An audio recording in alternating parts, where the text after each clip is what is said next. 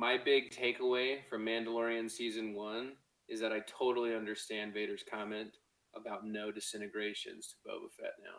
If I ever get around to getting married, I'm doing a lightsaber send off instead of sparklers. I forgot mine. I'll edit it though. It's fine. I can still edit it.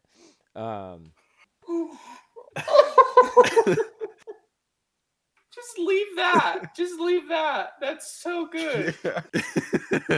Welcome to the Council of Nerds. The Council of Nerds.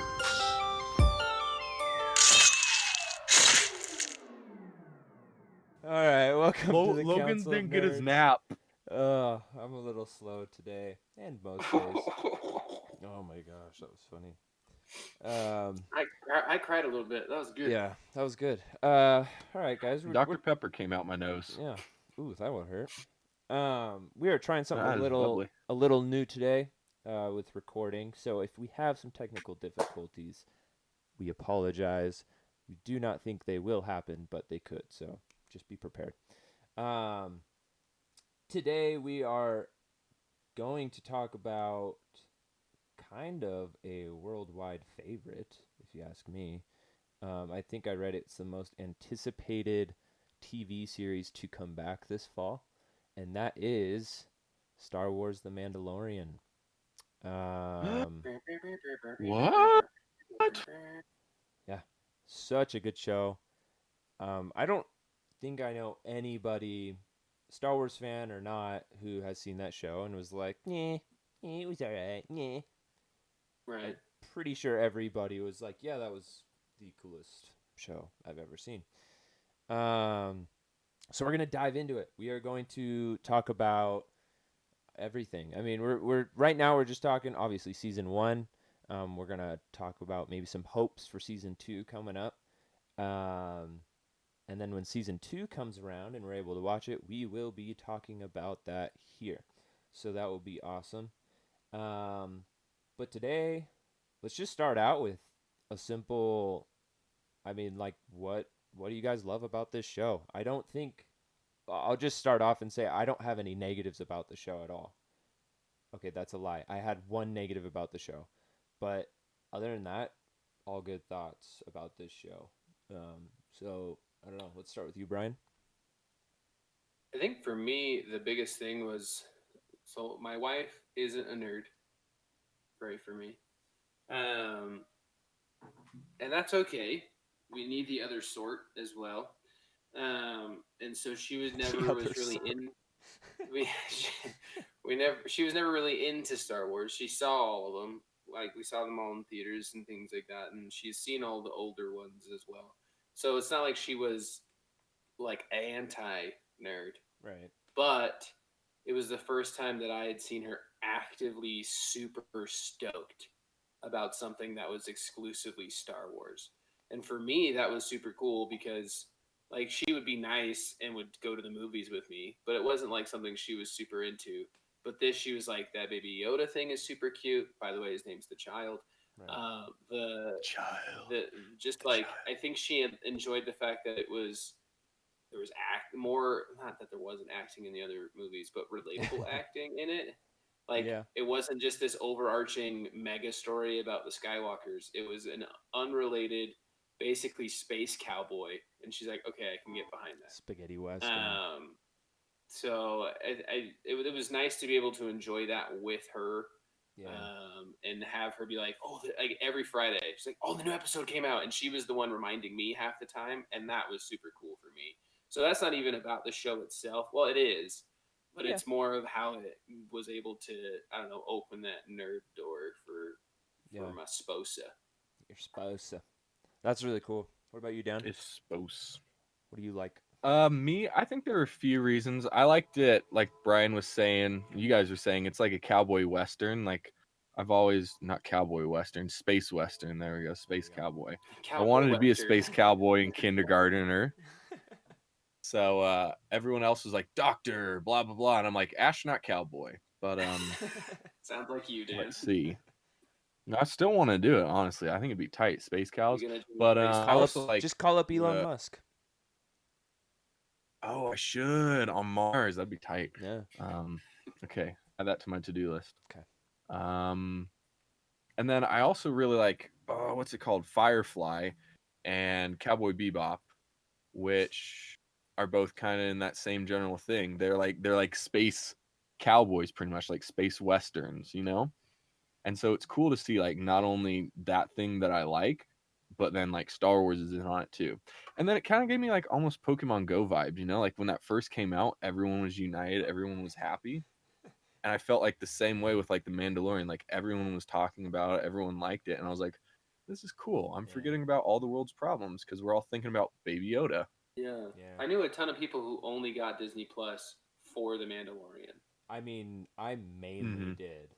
Yeah. I would say, I mean, like, I was pumped for all the classics of Disney, you know, all the Disney classic movies and everything else that was going to be on there. But Right. for the most part, I was like, I'm not going to miss watching The Mandalorian. Like, that's not going to happen. And I think that was a Mhm. smart move from Disney to put that on Yeah. there as their flagship Disney Plus thing. Yeah. I also want to make a comment, just so you know, I'm really kind of excited and worried that Dan will be the first man on Mars now. So Space Cowboy Dan. I'm not worried. I think I'm Dan, not worried. I think, you know, Dan would be a great ruler of Mars. I think he would.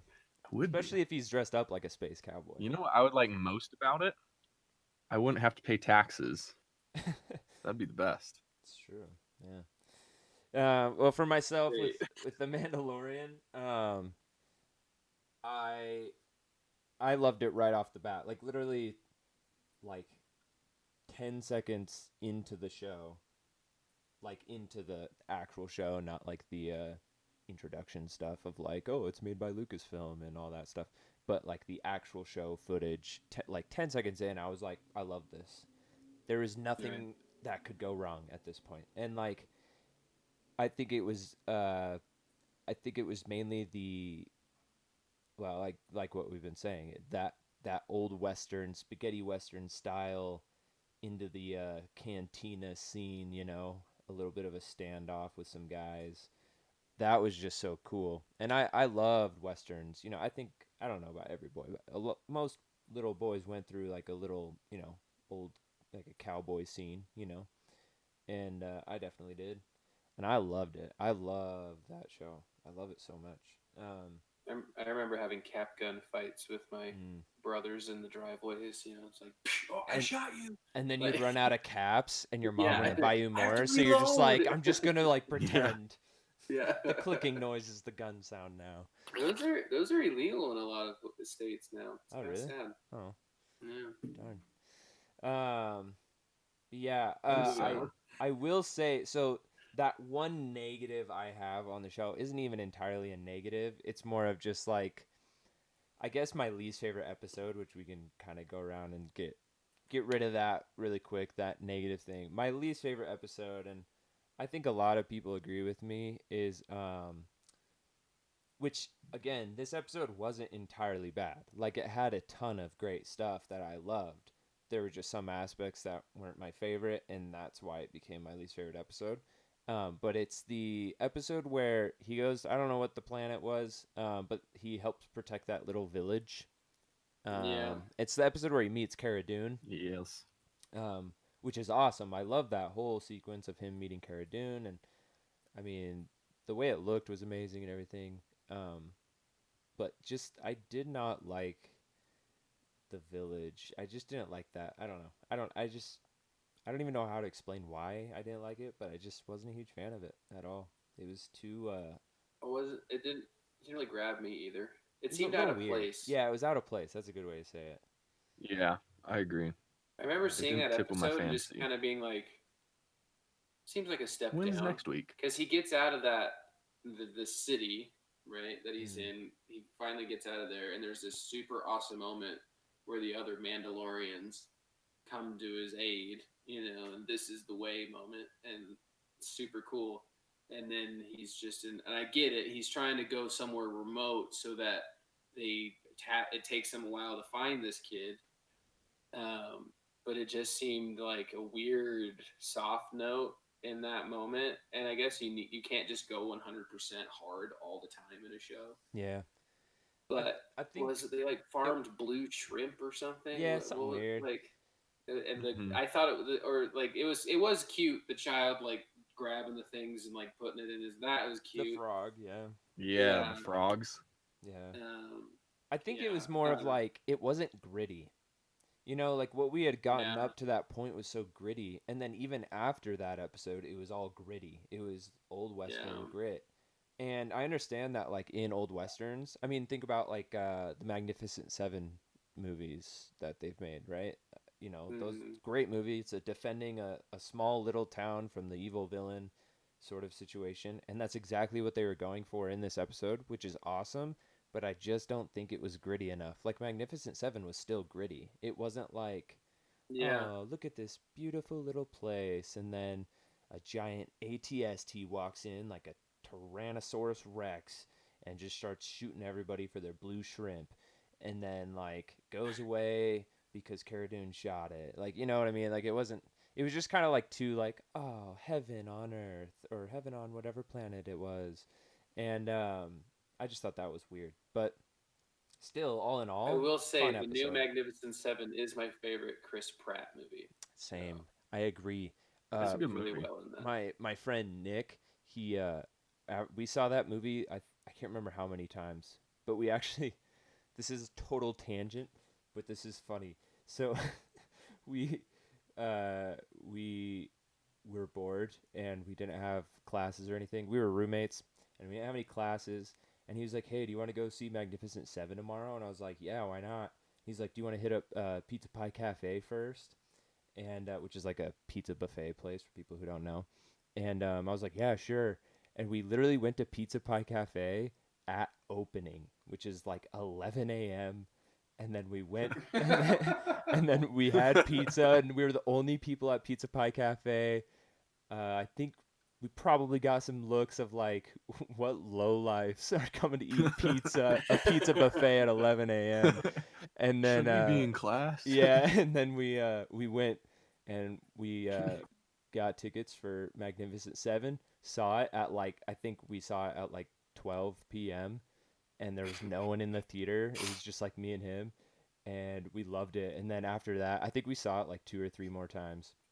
And then because of that movie, my friend bought a revolver. So because he wanted to be a Nice. cowboy. Oh shoot, that's awesome. Yeah. That's dope. But sorry, that was a tangent. But that was a great movie. But yeah, go. What were you saying? I'll say a little something that I'm not sold on yet is Moth, whatever his name is, Moff the bad Gideon. guy. Yeah, I'm not super sold That's yet. one. I like the actor, I feel the same. but I just Mhm. I'm waiting. I'm holding I'm holding my judgment. But he doesn't. He's not scary. Yeah. Like he doesn't. He's not an intimidating guy, and that's kind of worked in his favor in other shows like Breaking Bad and stuff, where he is kind of an unassuming character, and then he turns out to be like a crazy psychopath. Whereas this, he's opening the gates with being a crazy person. I punched my mic.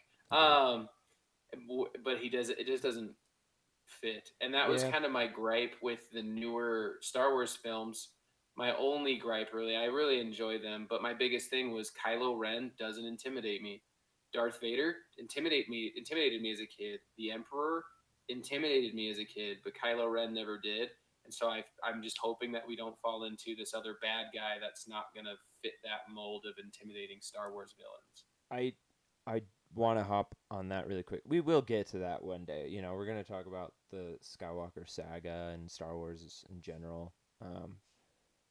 I will say though, just because I understand people's disliking for the sequel trilogy, it's not my favorite, but I do want to say that with a lot of people say that, you know, like Kylo Ren wasn't a good bad guy or anything.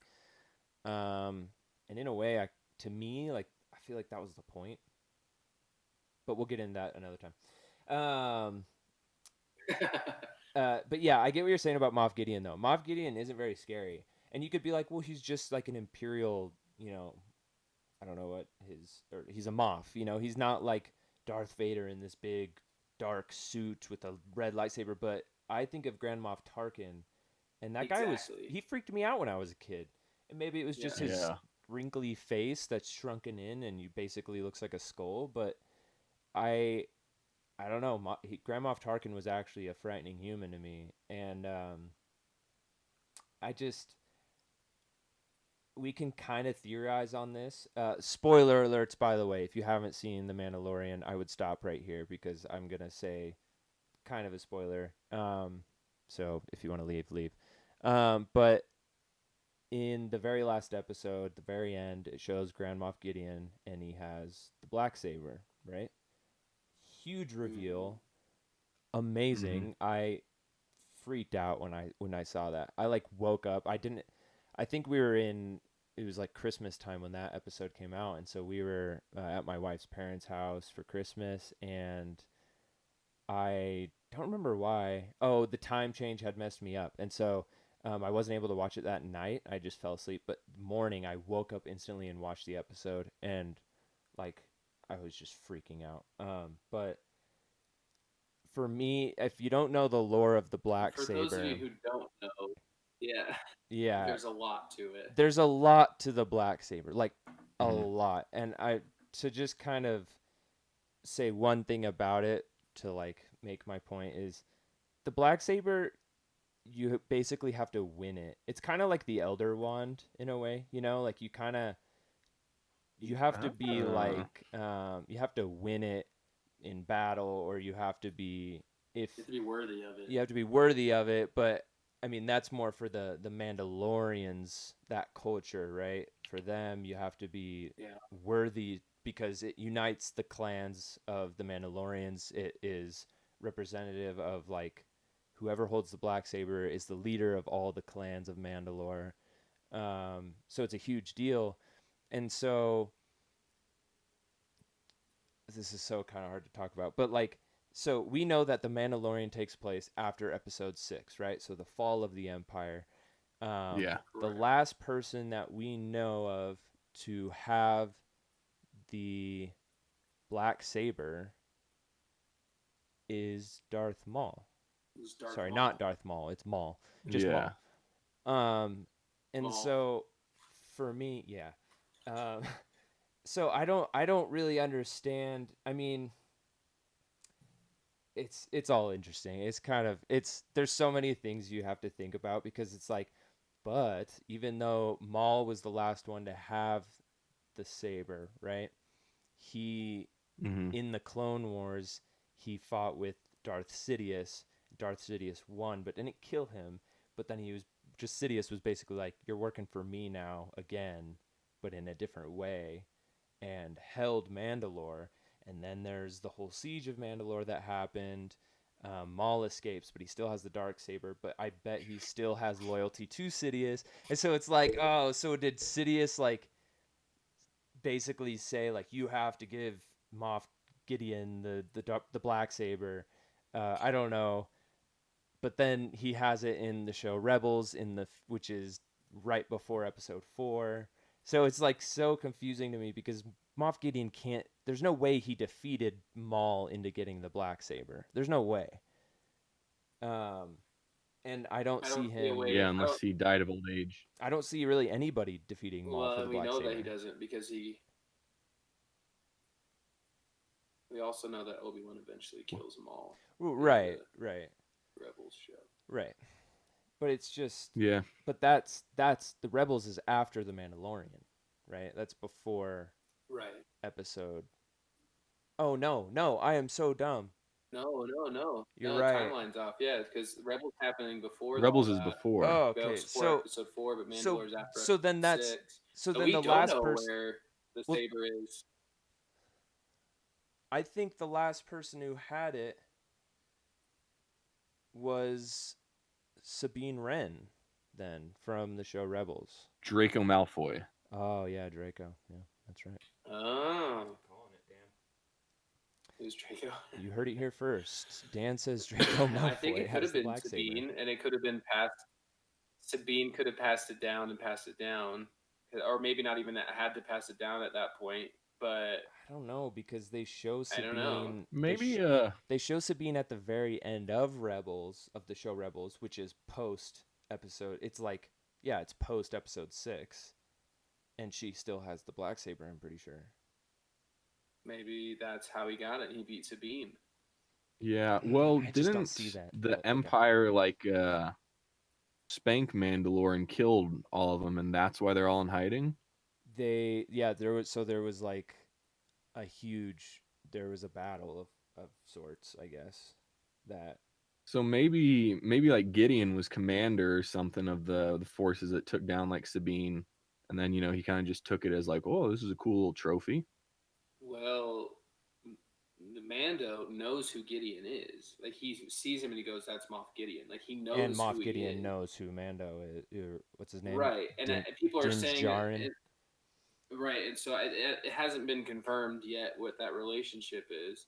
Yeah. But I'm thinking Dan might be on the right track. That Gideon was involved in the leadership that was part of the assault on Mandalore, Right.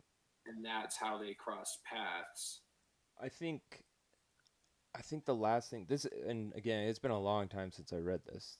I probably read this back in like January, beginning of the year or whatever, but a lot of people speculate. I don't see Moff Gideon defeating what's her name? Sabine Wren. I don't see that. But Yeah. what I can see is during all that, right? Like what do they call it? The Siege of Mandalore. No, because the Siege Or of is it something Mandalore more? is what was in Clone Wars.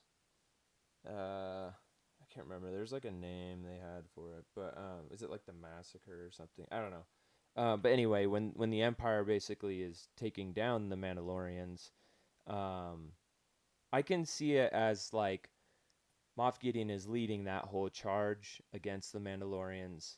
And during all the chaos and the fighting, Sabine Wren drops the saber or somehow loses the saber, not by losing a battle, but just by, or even, maybe she gets held captive somehow. I don't know, something like that, and then he just takes it. It's not really like a one-on-one battle sort of situation that Sabine loses to Gideon. It's called the Great Purge. That's it, yeah. Because the Great Purge. the armorer Mandalorian in the show, she talks about the Great She Purge. talks about it. She's so cool. Yeah, she's the best. Yeah. But we shall digress. What's your guys' favorite episode? Because I have had a favorite episode like since it aired, and it was like early season too. And I was just like, this is it. This is my favorite episode. I don't know if I have a favorite episode. I just have favorite moments. That's fair. Go Like for it. I really like and my wife hated it because of how they treat the child. But the two stormtroopers that are on the speed bikes outside the city waiting to come in, and they just keep smacking the bag. What's the actor? His name's like Andy. I think it's Sudeikis. I think. Yeah, that's it. Yeah, Sudeikis. Jason Sudeikis. Jason Sudeikis, and I think it was Andy Samberg were the two of them that were. I don't think it was Andy Samberg. I can't remember. I know it was Jason Sudeikis. I don't remember who the other one was. But it's such a funny moment.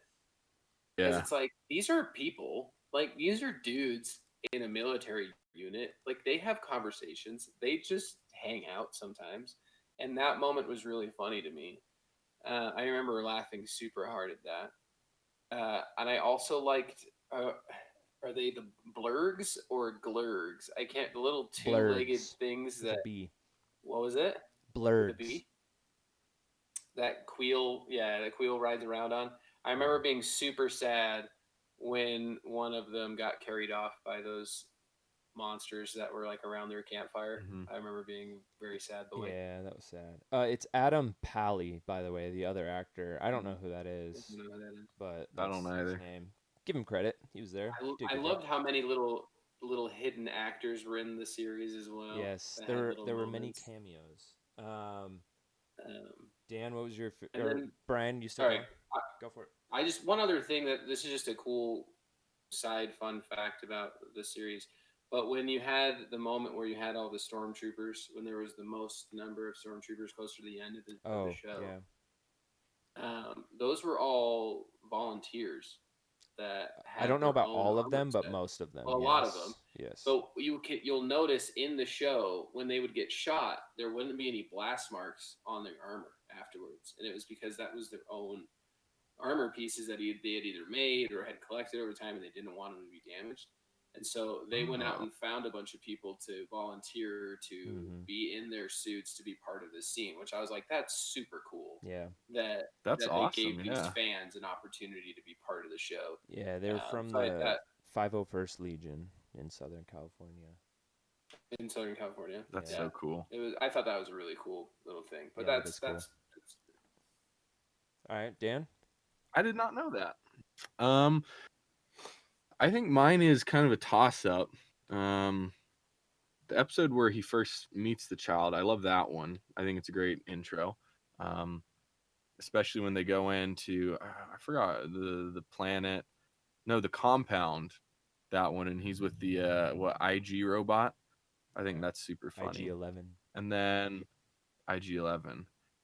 And then my other favorite one is, I think it's maybe middle or towards the end of the season when he goes to another desert planet and there's that bounty hunter that needs his help catching like another bounty hunter. He goes to Tatooine on that. And I just love that entire thing. I don't know what it was, but I just thought it was so cool to like see him finally, because I feel like throughout the show, like everyone he fought, was like kind of a pushover. Like, he easily outclassed them, except for, Cara Dune, but, they ended up being homies.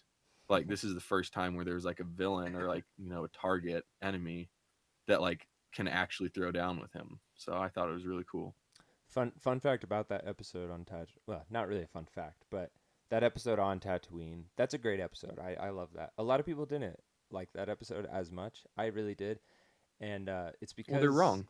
Well, yeah, but for me, so it was purely it was directed by, I believe it was directed by Dave Filoni, that episode, who was the main guy on Clone Wars and Rebels, right?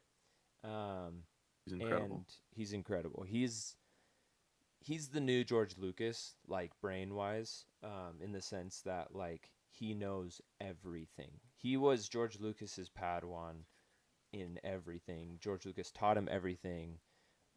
Dave Filoni he's the OG. He's bringing balance to the Force. He is. But that episode was like pure fan service.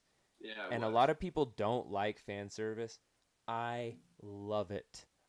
I don't even care if it's bad storytelling. I just love fan service because like that episode, first of all, it's like Tatooine, oh my gosh, and then they show like their like kind of establishing shot, which is Mos Eisley, and you're like, oh, the wretched hive of scum and villainy, like yes, and it's just like it makes you so happy. And then like he lands, and there's the little what are they called? Mech droids or something like that. The ones where, in episode 1 where he's like, just hit him on the nose, and Jar Jar hits it on the nose. Yeah. It's those ones. Or pit droids. That's what they are. Pit droids. Pit droids. Yeah. And like they're just so annoying and funny, and I love seeing them. And then he goes into the cantina, and you're like, the cantina, and then you see the stormtrooper helmets on the spears, and you're like, oh, the spears. It's just all cool. I love that whole thing. The speeder bikes, everything. But fan service is awesome. My favorite episode, though, is episode 3, which is, I call it the John Wick episode, because it's the one where he had already given the child to the Empire people and got paid for it with the Beskar steel and stuff. But then he had a change of heart, and he goes back. And he just like takes out everyone and takes the kid back, and then once he takes the kid back, then all the bounty hunters in that little city area, their little beepers start going off, and they all are going for it. And I was like, and I love that. And then he's in that crunch. He's taking out like tons of people, but then he's like. He hits that point where he's like, this is it. Like, I'm going down. I'm gonna die for this child.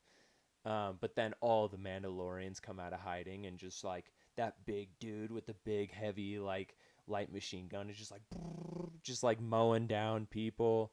I loved that episode. Super cool. I love the action, and then just ending with him in his ship with the child, and then that big Mandalorian dude, the heavy trooper, like flying with his jetpack. It's like Rocketeer. Oh, I just hit my mic. Sorry. But he, he's like flying next to him and salutes him and then flies off. Like, that's so cool. I loved that. It was just one of those, like, that. I think that's the thing I love about this show is it's like I'm a kid again. Like, when I watch it, I'm like, oh my gosh, like, I love everything, and like just pointing out background stuff. Do you know who plays the big guy with the I know who plays his minigun? voice. Yeah, well, John Favreau. Yeah, John Favreau himself, who, by the way, is, if you don't know, most people do, but in the show Clone Wars, that's where John Favreau really, I think that's where he got his start within like the Star Wars universe. He was the voice of Pre Vizsla, who was the leader of the I almost called him the Death Night. Watch, right? Yeah, Death Watch. I was gonna call him the Night's Watch, but that's from Game of Thrones. I almost said that too. Yeah, Death Watch. So that's really cool. And they're a Mandalorian clan is Death Watch, and actually Death Watch is seen in the show Mandalorian. There, when it shows the like flashback for the Mandalorian for Din, how do you say his name? Din Djarin. When he has this Sure. flashback of Something when like he's like a that. little kid and those Mandalorians come and save him, that's Death Watch. They have the Death Watch symbol on their armor and everything, which is That's cool. really cool. I also love that whole scene, the flashback, because of that's the first time we got, first time since episode 1 that we've gotten like Trade Federation. the Trade Federation, the Separatist droids Mhm. in live action. And Which is super cool. that's super fun to see. I loved that. It's such an interesting thing with the whole Death Watch thing with the Mandalorian that saved his life and then made him part of the creed of Yes. Mandalore. Being part of Death Watch really probably set his life up on an interesting path in terms of the Mandalorians as a whole. Yeah. Because that wasn't a sect that eventually wasn't very well respected. No. At one point they were, and then they faded in their political pull. So from what I've gotten from watching Clone Wars a few times, to me, Death Watch, they're like libertarians, if you want to go like politically on that. Like they just want to live the way they want to live. And they kind of want to live the ancient way. Yeah, they which, want to like, do the things old their way. I would say that Pre Vizsla took it a little too far and like kind of wanted to Yes. pull a whole dictator sort of thing going. But to be fair, the Duchess Satine, she always said like she's like, I am a pacifist, and it's just like, okay, but like sometimes you gotta fight to defend your place, you know? Yeah, like come on, like you gotta defend your sheep. And that's my girl Satine, man. You bet. what? I was just nothing. Never mind. I like Satine. I like Satine. I just didn't like her sister was cooler. Let's just put it that way. Bo-Katan, she's cool. I hope to see her, and Yeah. I'm hoping she's gonna be in season 2 if she is. Plot twist: she's the armorer. No, I don't think she is, but I just want to see her. That'd be pretty cool. But yeah, Death Watch was not to the Republic, to the Jedi, to I guess quote unquote the good guys in the Star Wars universe during the Clone Wars Death Watch. They were bad guys. They weren't good in any way. To be fair, they did kill a lot. They were ruthless in that way, which was terrible and evil. But that's where I get death is in their name. Yes, true. I guess so. But I do get a little interested in that though, because if you think about it, this Mandalorian takes place, how many years is that? It's like I don't know, like 40, is it 40? No. 30 years, I think, after the Clone Wars, or I guess after episode 3. give or take. And so like that means Jin I don't know how to say his name, the Mandalorian. That means when he was taken by Mando. Death Watch, that would kind of put him at. I mean, depending on how old he is, was he taken during the Clone Wars, or was I mean, like those were separatist droids, so it must have been. And so It could have been the very beginning of the Clone Wars. yeah, It's so I don't know. It's weird because it's like, was he trained by Death Watch, and does he have this mindset of, I mean, bad guys in a way? I mean, I don't know. It'll be is that interesting. partly why he's not super in, like, the rest of the Mandalorians seem to not really meld with him so That's much? true. Is it part of it because he was raised by a member of Death Watch? Like, who knows? Maybe that could all fold into it. It's not a race; it's a clan. But yeah, with that though, like, what are you guys' hopes for season 2? Do you have any? Do you have any expectations at all?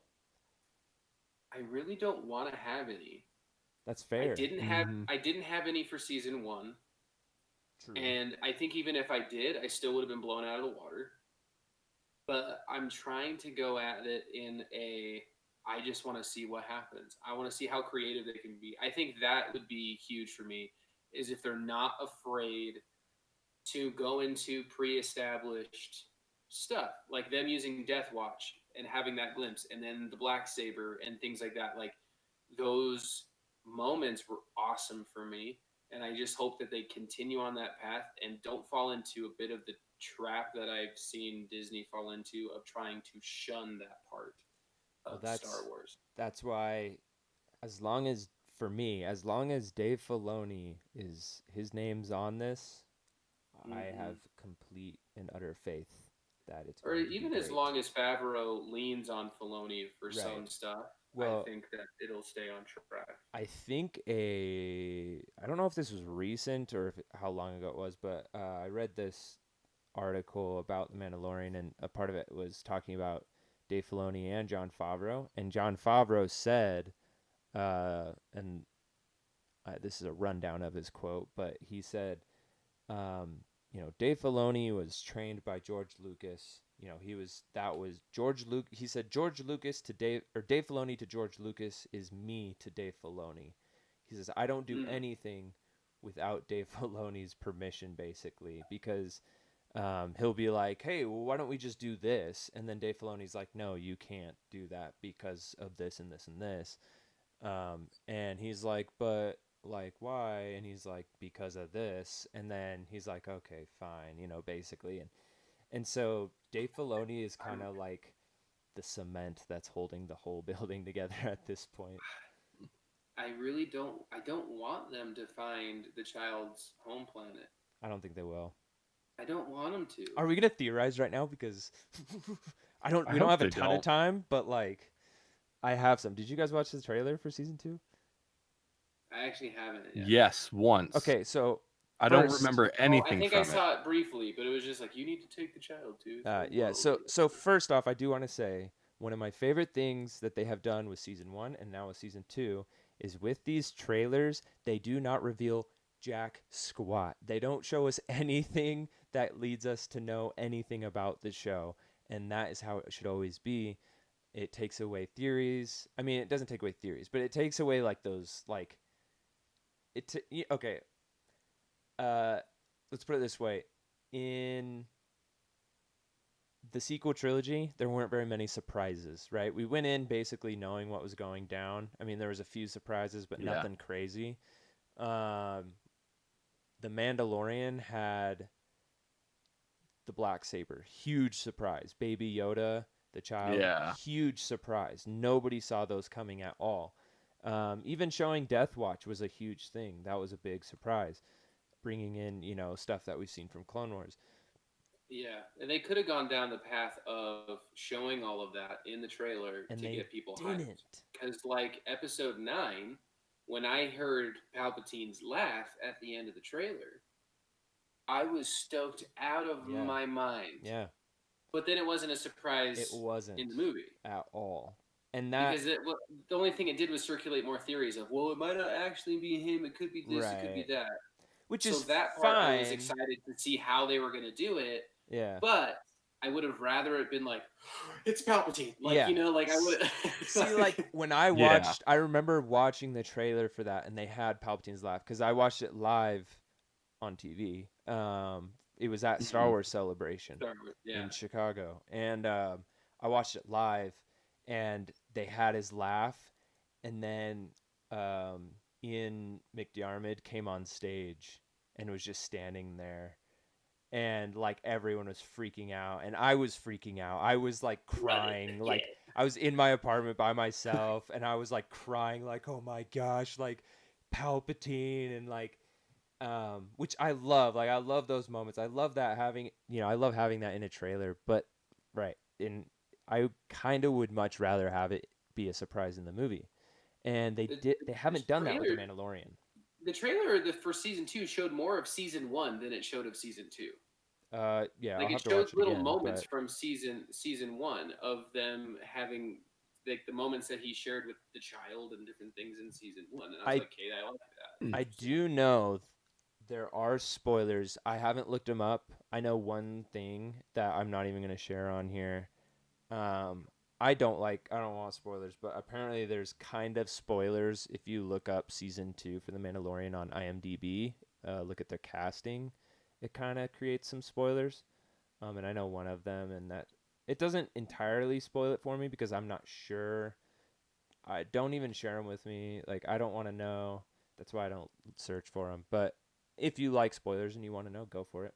And they are interesting. I do find the one I know is interesting. It could be multiple things. Brian, no. Brian, stop. Nothing.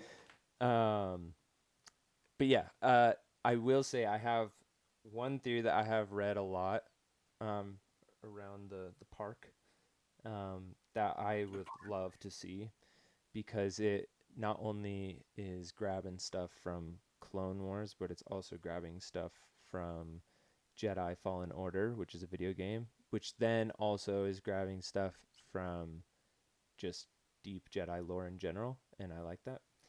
And that is that there's a part in the season 2 trailer. Dan is cracking up for no reason right now, and I just want to like mute his screen.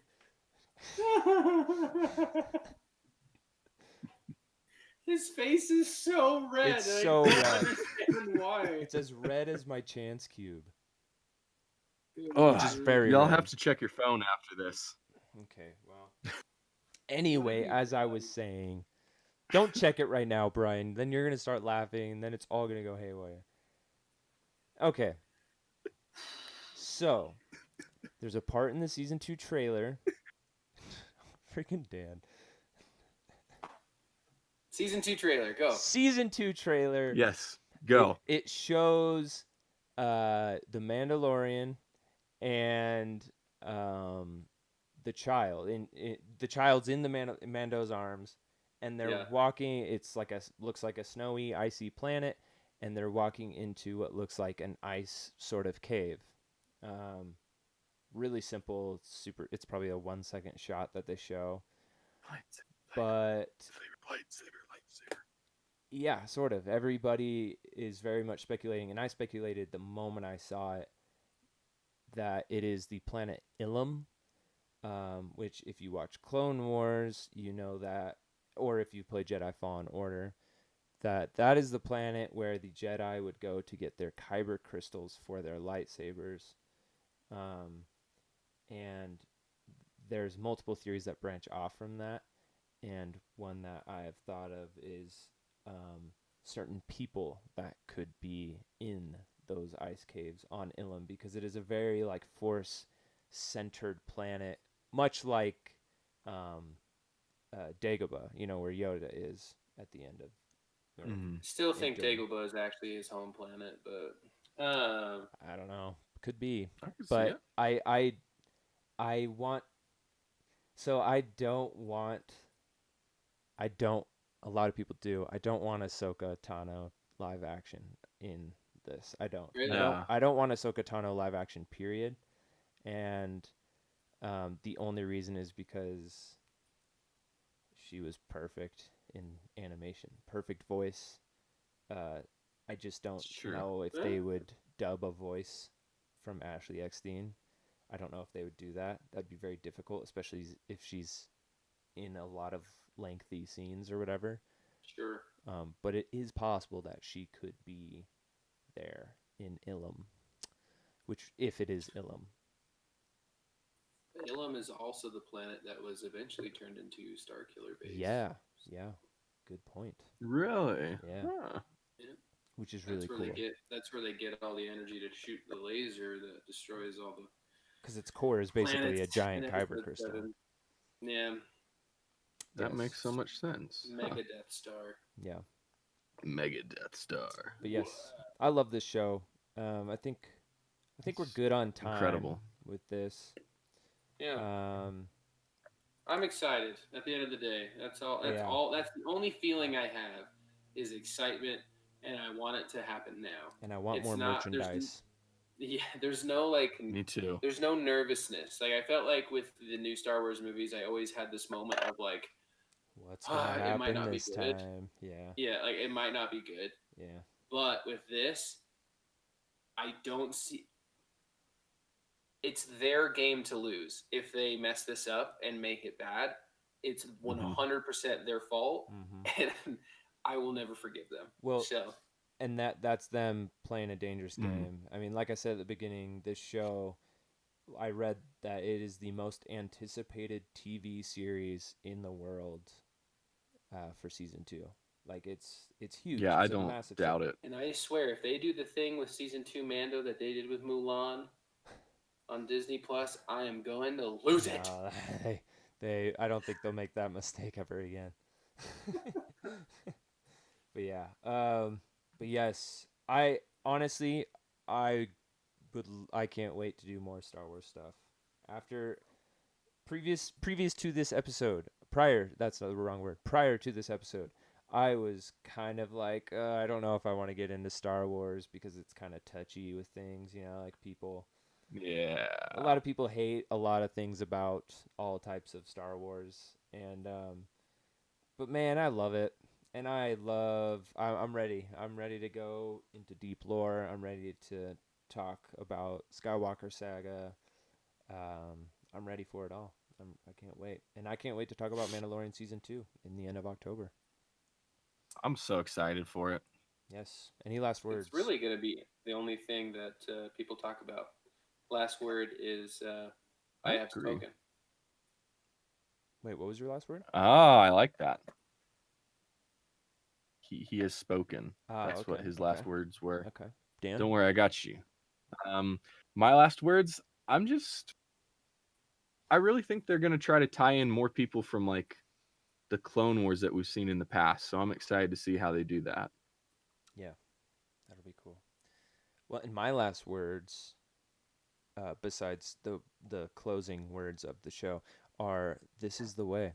But yeah, thank you for listening to this. We love The Mandalorian. We love Star Wars. We love nerdy things. Tell your friends about the podcast. We have plans for October, which are going to be fun. That's our next episode, right? We'll be in October, I believe. Should be. Yeah. What and day is today? we are I think it's the 20-something. Depending on when we 24th? record. If we do it a week from today, then yeah, it'll be October. Well, the episode should come out in October. Yes. But Yeah, it'll we come out October. are trying to stick to kind of a Halloween spooky theme with nerdy subjects. And so we have a plan for that. But we will actually start off October with nerdy news because there is a lot of nerdy news that has come out since our last nerdy news, which was like episode 5 or something like that. Some big stuff in video Some games, my big friends. stuff in video games. Big. Super excited. But thank you again for listening. We'll catch you on the next one. Shout out to everybody who listens every week and those guys who are out in Ireland and India and Brazil. Those Ireland boys, shout out. L'chaim. I don't know if that's the right. No. All right. Anyway, but thank you again for listening. We will catch you on the next one. Bye. Bye. The Council of Nerd.